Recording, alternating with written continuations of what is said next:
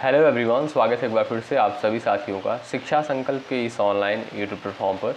कैसे हैं आप सभी साथी? आशा करते हैं कि आप लोग बहुत ही अच्छे होंगे, स्वस्थ होंगे। आप सभी को पता है डेली सुबह 11:30 बजे स्पेशल क्लास होती है बीएड एंट्रेंस एग्ज़ाम 2026 के लिए।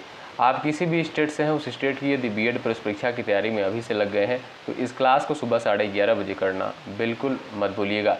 साथियों, आप किसी भी स्टेट से उस स्टेट की बीएड प्रवेश परीक्षा की तैयारी कर रहे हैं तो शिक्षा संकल्प के इस ऑनलाइन यूट्यूब प्लेटफॉर्म से आप लोग जुड़ सकते हैं। निश्चित रूप से यहाँ से आपको हेल्प मिलेगी। साथियों, यहाँ पर जो भी कंटेंट आपको प्रोवाइड किए जा रहे हैं बिल्कुल सिलेबस के अकॉर्डिंग, एग्ज़ाम पैटर्न के अकॉर्डिंग यहाँ पर चीज़ें आपको प्रोवाइड करी जा रही हैं। तो आइए शुरुआत कर लेते हैं बिना किसी देरी के। आप लोग पूरे धैर्य के साथ अंत तक बने रहिएगा और हर एक सवाल के लिए आपके पास 4 से 5 सेकंड का समय होगा। आंसर भी देते हुए आप लोग चलिएगा। चलिए शुरुआत कर लेते हैं। प्रत्येक वर्ष राष्ट्रीय खेल दिवस जो है कब मनाया जाता है? 16 जून को, 11 अक्टूबर को, 15 जनवरी को, 29 अगस्त को। आप लोग आंसर करें यहाँ पर। राइट आंसर क्या हो जाएगा? जो भी साथी डी ऑप्शन पर गए हैं उनका आंसर बिल्कुल राइट आंसर हो जाएगा। ध्यान रखिएगा साथियों, प्रत्येक वर्ष जो है राष्ट्रीय खेल दिवस 29 अगस्त को मनाया जाता है। ठीक है, आप सभी को पता होगा, नहीं पता है तो जान लीजिए। साथियों, भारत में जो है राष्ट्रीय खेल दिवस महान हॉकी खिलाड़ी मेजर ध्यानचंद की जयंती के अवसर पर मनाया जाता है। कब? 29 अगस्त को। ठीक है, डी ऑप्शन आपका राइट है। सवाल नंबर दूसरा देखिएगा। संविधान में उद्देश्य प्रस्ताव किसके द्वारा प्रस्तुत किया गया था?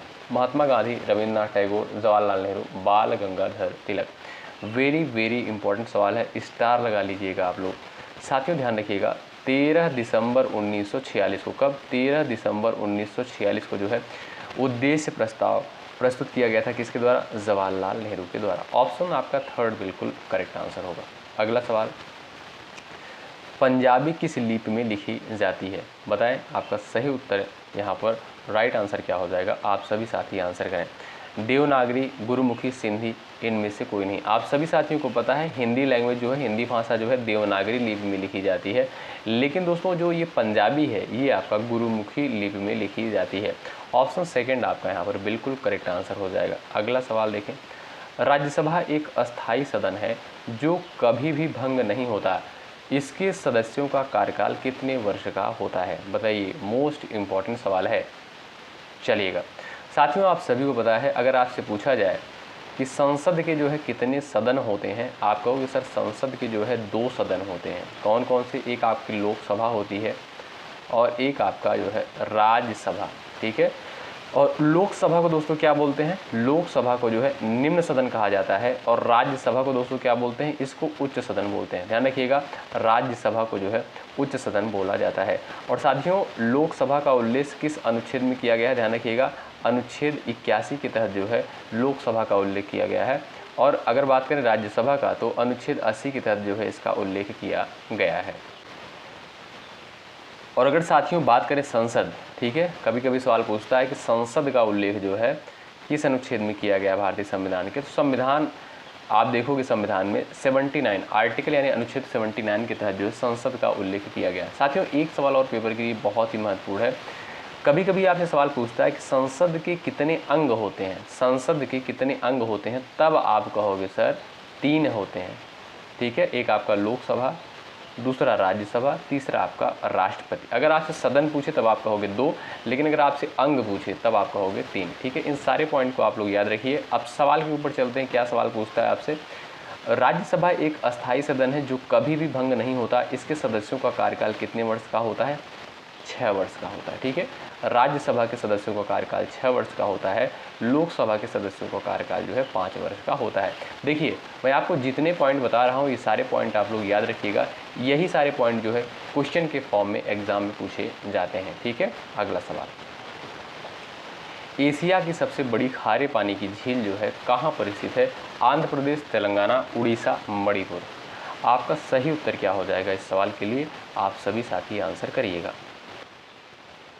चलिए, आपका सही उत्तर क्या है बताओ। एशिया की सबसे बड़ी खारे पानी की झील जो है कहाँ पर स्थित है? आप लोग आंसर कर सकते हो। चलिए भाई, सवाल नंबर 5 का आंसर करें सब लोग। एक बार सभी साथी जो है सेशन को लाइक कर देंगे और शेयर कर देंगे अपने सभी दोस्तों के पास, जो भी साथी अभी नए हैं और तैयारी कर रहे हैं, ठीक है। तो एशिया की सबसे बड़ी खारे पानी की झील की यदि हम बात करें साथियों, तो वो है आपका उड़ीसा में, ठीक है। क्या नाम है? चिल्का झील। आपने नाम सुना होगा, चिल्का लेक जो है ये आपका उड़ीसा में स्थित है और एशिया की जो है सबसे बड़ी खारे पानी की झील है। तो ऑप्शन जो थर्ड है बिल्कुल करेक्ट आंसर होगा। अगला सवाल देखें, यक्षगान किस राज्य की प्रमुख नृत्य कला है? आंध्र प्रदेश, मेघालय और मध्य प्रदेश, कर्नाटक। बताइए सही उत्तर आपका क्या हो जाएगा? आंसर है यक्षगान किस राज्य की प्रमुख नृत्य कला है? बताइए सही उत्तर आपका क्या हो जाएगा साथियों? वो है आपका क्या? कर्नाटक। ऑप्शन नंबर आपका डी बिल्कुल राइट आंसर हो जाएगा। जो भी दोस्त यहाँ पर कर्नाटक पर गए हैं वो बिल्कुल राइट हो जाएगा, उनका आंसर बिल्कुल सही है, ठीक है। अगला सवाल देखिए, सवाल नंबर 7 है, निम्नलिखित में जो है भारतेंदु हरिश्चंद्र की रचना है? बताइए अमृत बाजार पत्रिका, वंदे मातरम, भारत दुर्दशा, मराठा। इसमें से बताइएगा कौन सी रचना जो है भारतेंदु हरिश्चंद्र की है? चलिए सभी साथी आंसर करेंगे। आपका सही उत्तर क्या हो जाएगा? जो भी दोस्त जा रहे हैं ऑप्शन नंबर थर्ड पर वो बिल्कुल राइट हो जाएंगे, ठीक है। भारत दुर्दशा ये किसकी रचना है साथियों? ये जो है भारतेंदु हरिश्चंद्र की है। ऑप्शन थर्ड आपका यहाँ पर बिल्कुल करेक्ट है। अगला सवाल देखिएगा, हॉर्नबिल त्योहार किस राज्य में मनाया जाता है? सवाल नंबर 8 का आप लोग आंसर करें। चलिए, नागालैंड, मणिपुर, मिजोरम, मेघालय। हॉर्नबिल त्योहार जो है किस राज्य में मनाया जाता है? सही उत्तर क्या हो जाएगा इस सवाल के लिए? आप सभी प्यारे दोस्त आंसर करो, चलिएगा बताएं साथियों। हॉर्नबिल त्योहार जो है ये आपका याद रखिएगा नागालैंड में। कहाँ पर भाई? नागालैंड में मनाया जाता है। ए ऑप्शन आपका बिल्कुल करेक्ट है। अगला सवाल, निम्नलिखित में से किसने जो है तीसरे गोलमेज सम्मेलन में भाग लिया था? बताएं। सवाल नंबर 9 का आंसर करें। चलिए भाई देखिएगा, ये क्लास जो है सभी स्टेट वालों के लिए इम्पॉर्टेंट है। आप या बिहार एंट्रेंस एग्ज़ाम की तैयारी कर रहे हैं या आप यूपी बीएड एंट्रेंस एग्ज़ाम की तैयारी कर रहे हैं, ठीक है, या आप झारखंड से हैं, तो सभी के लिए जो है ये सभी क्लासेस जो है महत्वपूर्ण होती हैं, ध्यान रखिएगा, ठीक। साथियों आप झारखंड बीएड एंट्रेंस एग्ज़ाम का जब आप सिलेबस देखोगे तो उसमें आप देखोगे जीके जीएस का पोर्शन नहीं दिया गया है, ठीक है। तो आप किसी भी स्टेट से अगर जीके जीएस पूछा जाता है तो उसके लिए जो है ये क्लास महत्वपूर्ण होती है, ठीक। आइए, निम्नलिखित में से जो है किसने तीसरे गोलमेज सम्मेलन में जो है भाग लिया था? बताएं आपका सही उत्तर क्या है? इस सवाल के लिए करेक्ट आंसर क्या हो जाएगा? महात्मा गांधी। ए ऑप्शन वाले दोस्त यहाँ पर बिल्कुल राइट हो जाएंगे। यूपी बीएड में दोस्तों आपकी बार एक सवाल पूछा गया था कि तीनों गोलमेज सम्मेलन में जो है कौन भाग लिया था? तो डॉक्टर BR अम्बेडकर जो थे ये तीनों गोलमेज सम्मेलन में भाग लिए थे, ठीक है। तो ध्यान रखिएगा आप लोग। अगला सवाल देखें यहाँ पर, रजिया सुल्तान निम्नलिखित में से जो है किस राजवंश की थी? सवाल नंबर 10 का करेक्ट आंसर क्या है? बताइए। चलिए, सवाल नंबर 10 का करेक्ट आंसर क्या है? बताएं। रजिया सुल्तान निम्नलिखित में से जो है किस राजवंश की थी? खिलजी वंश और गुलाम वंश, सैयद, तुगलक। आपका सही आंसर क्या है इस सवाल के लिए? जो भी साथी जा रहे हैं ऑप्शन नंबर बी पर वो बिल्कुल राइट है, गुलाम वंश, ध्यान रखिएगा। अगला सवाल देखिए, सवाल नंबर 11 है, मिताक्षरा पुस्तक निम्नलिखित में से जो है किस क्षेत्र से संबंधित है? बताइए। मिताक्षरा जो है पुस्तक निम्नलिखित में से किस क्षेत्र से रिलेटेड है? कृषि, राजनीति, वित्त और आपका दिया है न्यायपालिका। आपका सही आंसर हो जाएगा दोस्तों, ये जो है आपका मिताक्षरा पुस्तक ये आपका न्यायपालिका से रिलेटेड है। किससे? न्यायपालिका से रिलेटेड है। ऑप्शन आपका 4 जो दिया है बिल्कुल करेक्ट आंसर है। अगला सवाल देखें, सभी साथी देखेंगे भाई और सभी लोग भाई सेशन को लाइक करते हुए चलेंगे। इससे दोस्तों हमारा भी मनोबल बढ़ता है, आपके लिए बेहतरीन कंटेंट लाने का प्रयास करते हैं और अभी से जो है हम आपके साथ बने रहेंगे बेहतरीन कंटेंट के साथ जब तक आपकी परीक्षा नहीं हो जाएगी, ठीक है। चलिए, निम्नलिखित में से जो है कौन सी जनजाति नीलगिरी पर्वत से संबंधित है? आगमी, टोडा, जारवा, ओंग। बताइए सभी लोग बताएं यहाँ पर आपका राइट आंसर क्या है? निम्नलिखित में से कौन सी जनजाति नीलगिरी पर्वत से संबंधित है? तो वो है दोस्तों आपकी टोडा जनजाति। कौन सी? टोडा जनजाति। यहाँ पर बी ऑप्शन आपका बिल्कुल करेक्ट आंसर है। अगला सवाल देखिएगा, तत्वबोधिनी सभा की स्थापना जो है किसके द्वारा करी गई? सवाल नंबर 13 का आंसर करें। चलिए, तत्वबोधिनी सभा की स्थापना जो है किसके द्वारा करी गई? देवेंद्र नाथ टैगोर के द्वारा। किसके द्वारा? देवेंद्र नाथ टैगोर के द्वारा जो है तत्वबोधिनी सभा की स्थापना करी गई। ऑप्शन आपका बी बिल्कुल राइट आंसर हो जाएगा। कब दोस्तों करी गई थी? 1839 में, ठीक है। 1839 में देवेंद्र नाथ टैगोर के द्वारा तत्वबोधिनी सभा की स्थापना करी गई थी। ठीक, अगला सवाल ये रहा आपके सामने, निम्नलिखित में से किस सिंधु घाटी सभ्यता स्थल में वृहत स्नानागार की खोज की गई थी? मोहनजोदड़ो, बनावली, लोथल, कालीबंगा। बताइए, सभी लोग बताएं। वृहत स्नानागार यानी ग्रेट बाथ, क्या बोलते हैं इसको भाई इंग्लिश में? ग्रेट बाथ बोलते हैं। बताइए, सभी लोग आंसर करें। तो जो भी साथी यहाँ पर मोहनजोदड़ो पर गए हैं वो बिल्कुल राइट है, और ये बड़ा इंपॉर्टेंट सवाल है, कई एग्जाम में पूछा गया है। अगला सवाल देख लो, पानीपत का प्रथम युद्ध किसने जीता था? बताइए, पानीपत का जो है पहला युद्ध किसके द्वारा जीता गया था? इब्राहिम लोदी, बाबर, अकबर, हुमायूं। बताएं।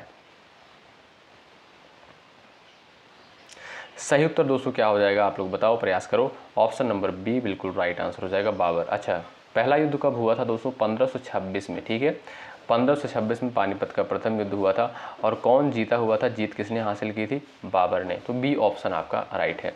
अगला सवाल, वर्ष 1923 में गठित स्वराज पार्टी के अध्यक्ष जो है कौन थे? बताइए, सही आंसर क्या है, आप लोग आंसर कर सकते हो इस सवाल का। वर्ष 1923 में गठित स्वराज पार्टी के अध्यक्ष जो है कौन थे?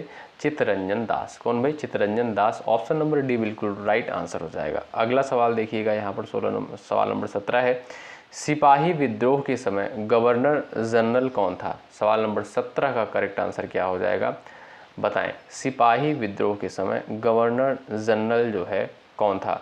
Lord Canning, reading, Ripon, Irwin. आपका सवाल नंबर 17 का करेक्ट आंसर क्या है, बताइए।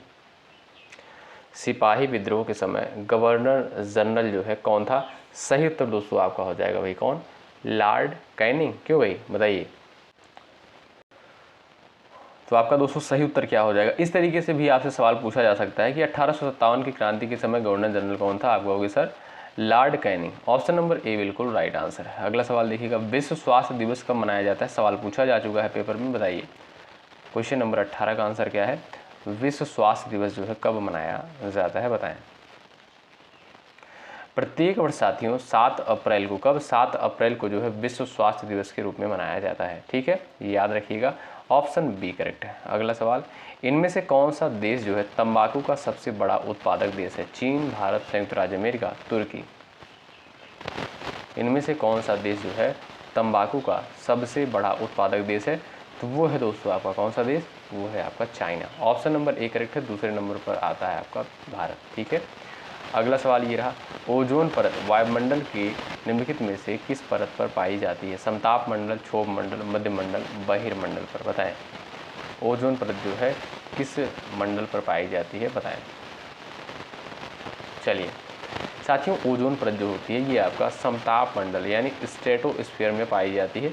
ऑप्शन आया विकल्प आपका ए जो है बिल्कुल राइट आंसर हो जाएगा, ध्यान रखें आप लोग। अगला सवाल देख लो, भोर का तारा जो है किस ग्रह को कहते हैं? बृहस्पति, मंगल, शुक्र और आपका दिया है बुध। बताइएगा, सवाल नंबर 21 का राइट आंसर क्या है? भोर का तारा किस ग्रह को कहा जाता है? बृहस्पति, मंगल, शुक्र और आपका दिया है बुध। सही उत्तर दोस्तों क्या हो जाएगा? भोर का तारा जो है शुक्र को कहते हैं। क्या है, किसे?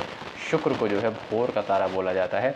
ऑप्शन थर्ड जो दिया है बिल्कुल करेक्ट आंसर हो जाएगा। ठीक है, इसे दोस्तों चमकीला ग्रह भी कहते हैं। क्या भाई? शुक्र को जो है चमकीला ग्रह भी कहते हैं। भोर का तारा, ये आपसे सवाल पूछा जा सकता है, सांझ का तारा किसे कहते हैं? तो शुक्र को ही कहते हैं। ठीक है, तो ऑप्शन थर्ड जो दिया है बिल्कुल करेक्ट आंसर होगा। अगला सवाल देखें, निम्नलिखित में से जो है कौन सी जल डमरू मध्य श्रीलंका को भारत से विभाजित करती है? सवाल पूछा गया है 2000, आप लोग 2025 का यूपी बीएड का ही पेपर उठाकर देखिएगा, ये सवाल पूछा गया है पेपर में। चलिए, सही उत्तर क्या है? निम्नलिखित में से कौन सी जल डमरू मध्य श्रीलंका को भारत से विभाजित करती है? तो वो है दोस्तों आपकी पाक जल संधि। ऑप्शन नंबर ए बिल्कुल करेक्ट आंसर है। अगला सवाल देखिएगा, दक्षिण भारत की प्रमुख नदियां कौन सी हैं जो अरब सागर में गिरती हैं? बताइए, सही उत्तर क्या आप बताएं। दक्षिण भारत की प्रमुख नदियां कौन सी हैं जो अरब सागर में गिरती हैं? आप लोग बताओ, फटाफट आंसर देने का प्रयास करो। आप सभी प्यारे दोस्त यहाँ पर आंसर कर सकते हो। चलिए, आपका राइट आंसर दोस्तों क्या हो जाएगा? नर्मदा और ताप्ती। ठीक है, ऑप्शन नंबर डी बिल्कुल करेक्ट आंसर हो जाएगा। आप देखोगे नर्मदा हो गई, ताप्ती हो गई, सिंधु, माही और पेरियार, ये नदियाँ जो है अरब सागर में गिरती हैं। तो यहाँ पर आपका डी ऑप्शन करेक्ट हो जाएगा, नर्मदा और ताप्ती। ठीक है, अगला सवाल देख लो, कोडरमा अभ्रक उत्पादक केंद्र जो है किस राज्य में स्थित है, बताइए। चलिए भाई, पूरे धैर्य के साथ आप लोग अंत तक बने रहिएगा। और देखिए, अगर आप लोग टेलीग्राम चैनल से नहीं जुड़े हैं, जुड़ जाइएगा। इस क्लास के डिस्क्रिप्शन बॉक्स में टेलीग्राम चैनल का लिंक दिया गया है। यदि आपको व्हाट्सएप ग्रुप से जुड़ना है तो 9415768259 पर व्हाट्सएप कर सकते हैं, आपको व्हाट्सएप ग्रुप में भी जोड़ दिया जाएगा। ठीक है, तो कोडरमा अभ्रक उत्पादक केंद्र जो है किस राज्य में स्थित है? आपका सही उत्तर क्या हो जाएगा दोस्तों? झारखंड। ठीक है, झारखंड में जो है कोडरमा अभ्रक उत्पादक केंद्र स्थित है। अगला सवाल, रजत क्रांति जो है किससे संबंधित है, बताइए। और रजत क्रांति जो है ये आपका किससे संबंधित है? कीमती खनिज से, चावल से, कपास से, अंडा से। आपका डी ऑप्शन करेक्ट है। जो भी साथी डी ऑप्शन पर गए हैं वो भाई बिल्कुल सही है, डी ऑप्शन आपका राइट है। 2011 की जनगणना के अनुसार निम्नलिखित में से किस राज्य में देश में अनुसूचित जनजातियों का प्रतिशत सबसे अधिक है? सवाल नंबर 26 का आंसर करें आप लोग। चलिए, 2011 की जनगणना के अनुसार निम्नलिखित में से किस राज्य में देश में अनुसूचित जनजातियों का प्रतिशत जो है सबसे अधिक है? तो वो है दोस्तों आपका मध्य प्रदेश में। ऑप्शन आपका थर्ड बिल्कुल करेक्ट आंसर है। अगला सवाल, भारत के संविधान में अस्पृश्यता का उन्मूलन किस अनुच्छेद में है, यानी छुआछूत? बताइए। अनुच्छेद 21, 16, 17 और आपका दिया है 28। बताइएगा सही उत्तर क्या है इस सवाल के लिए। आप सभी दोस्त आंसर करो। तो भाई ध्यान रखिएगा आप लोग दोस्तों, अनुच्छेद 17 में है। ठीक है, और ये भी सवाल आपके लिए बहुत महत्वपूर्ण हो जाता है। ऑप्शन नंबर थर्ड करेक्ट है। अगला सवाल, भारतीय संविधान के किस भाग में मौलिक अधिकार निहित है? बताइए। 4, 5, 3, 4A में। चलिए, मौलिक अधिकार जो किस में निहित है? आप देखोगे भाग 3 में। किस में भाई? भाग 3 में अनुच्छेद 12 से 35 के तहत जो है मौलिक अधिकार का वर्णन किया गया है। ठीक है, मौलिक अधिकार की अवधारणा दोस्तों किस देश के संविधान से ली गई है? USA के संविधान से ली गई है। ठीक है, और साथियों मौलिक अधिकार को ही मैग्ना कार्टा कहा जाता है। क्या? मैग्ना कार्टा कहा जाता है। तो यहाँ पर आप देखोगे डी ऑप्शन, यहाँ पर आपका थर्ड ऑप्शन जो है बिल्कुल राइट आंसर हो जाएगा। और यहाँ पर देखोगे आप भाग 4A की अगर हम बात करें तो इसके अंदर अंतर्गत क्या रखा गया है? मौलिक कर्तव्य रखा गया है। क्या? मौलिक कर्तव्य रखा गया है। ठीक है, तो डी ऑप्शन यहाँ पर आपका थर्ड ऑप्शन करेक्ट है, भाग 3 में सही होगा, क्योंकि यहाँ पर पूछता है आपसे भारतीय संविधान के किस भाग में मौलिक अधिकार निहित है? तो भाग 3 में। अगला सवाल, भारत के संविधान में मौलिक कर्तव्यों की अवधारणा किस देश से ली गई है? बताइए। मौलिक कर्तव्य की अवधारणा जो है किस देश के संविधान से ली गई है? तो वो है दोस्तों आपका कौन सा देश? बताइए, प्रयास करिए। चलिएगा, आपका सही उत्तर क्या हो जाएगा? भारत के संविधान में मौलिक कर्तव्य की अवधारणा किस देश से ली गई है? सोवियत संघ रूस से। ठीक है, बात करें दोस्तों अगर मौलिक कर्तव्य की, तो मौलिक कर्तव्यों की संख्या वर्तमान समय में 11 है और इनका वर्णन जो है भाग 4A और अनुच्छेद की बात करें तो 51A के तहत किया गया है। ठीक, अगला सवाल, किस संवैधानिक संशोधन के द्वारा मताधिकार की आयु 21 वर्ष से घटाकर 18 वर्ष कर दी गई? ये भी सवाल आपका पेपर में पूछा गया है। वेरी इंपॉर्टेंट सेशन है। चलिए, सभी लोग आंसर करें। आप लोग साथियों पिछले वर्ष का प्रश्न पत्र जरूर उठाकर देखिएगा। आप किसी भी स्टेट से तैयारी कर रहे हैं तो आपको चीज़ें समझ में आएंगी, कितनी इंपॉर्टेंट चीज़ें यहाँ पर आपको प्रोवाइड की जा रही हैं। तो यहाँ पर आपका दोस्तों राइट आंसर क्या हो जाएगा भाई? बताइएगा। 61वां संविधान संशोधन 1988। ऑप्शन नंबर बी बिल्कुल राइट आंसर हो जाएगा। इसमें दोस्तों क्या किया गया? पहले जो है मतदान करने की आयु जो थी 21 वर्ष थी, उसके बाद घटाकर जो है 18 वर्ष कर दिया गया। कब? 61वें संविधान संशोधन 1988 के द्वारा। निम्नलिखित में से जो है कौन सा ग्राम पंचायत की आय का स्रोत है? भूमि कर, आयकर, बिक्री कर और आपका दिया है संपत्ति कर। बताइए, निम्नलिखित में से जो है कौन सा ग्राम पंचायत की आय का स्रोत है? आपका सही उत्तर दोस्तों क्या हो जाएगा भाई? यहाँ पर भूमि कर हो जाएगा। ऑप्शन ए बिल्कुल राइट है। अगला सवाल, भारतीय संविधान की 8वीं अनुसूची में प्रारंभ में कितनी भाषाओं को शामिल किया गया था? 14, 18 और आपका दिया है 16, उसके बाद है 22। आप देखोगे साथियों प्रारंभ में अगर देखोगे 8वीं अनुसूची में 14 भाषाओं का वर्णन किया गया था, लेकिन साथियों उसके बाद जो है आपका 22 भाषाओं, वर्तमान समय में कितनी भाषाएं हैं? तो 22 भाषाएं हैं अनुसूची 8 में। अगला सवाल, लोकसभा और राज्यसभा की संयुक्त बैठक किसके द्वारा बुलाई जाती है? बताइए। लोकसभा और राज्यसभा की संयुक्त बैठक किसके द्वारा बुलाई जाती है?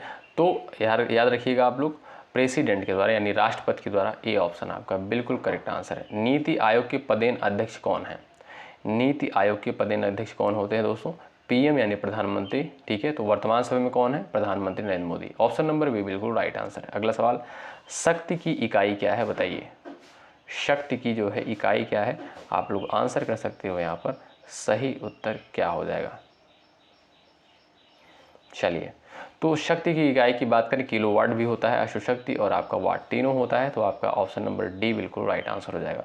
तो साथियों, इस स्पेशल सेशन में हमने 35 सवालों को कवर किया। ये क्लास आपको कैसी लगी कमेंट बॉक्स में ज़रूर बताएं और लाइक की संख्या बढ़ा दें आप लोग। देखिए, जितनी लाइक की संख्या ज़्यादा रहेगी वैसे ही आपको बेहतरीन क्लासेस जो है आपको प्रोवाइड करी जाएंगी, ठीक है। तो एक बार सभी लोग सेशन को शेयर कर दें, लाइक कर दें और अपने साथियों के पास ज़रूर शेयर करिएगा, ठीक है साथियों। मिलते हैं आपसे नेक्स्ट क्लास में और मेहनत के साथ आप लोग अभी से तैयारी में लगे रहें यदि आपको 2026 में एक बेहतरीन अंकों के साथ बीएड करना है, ठीक है। यहाँ पर आपको पूरी तैयारी करवाई जाएगी और यूट्यूब पर जो क्लासेस प्रोवाइड की जाएंगी बेहतरीन तरीके से, ठीक है। शुक्रिया। जय हिंद, जय भारत।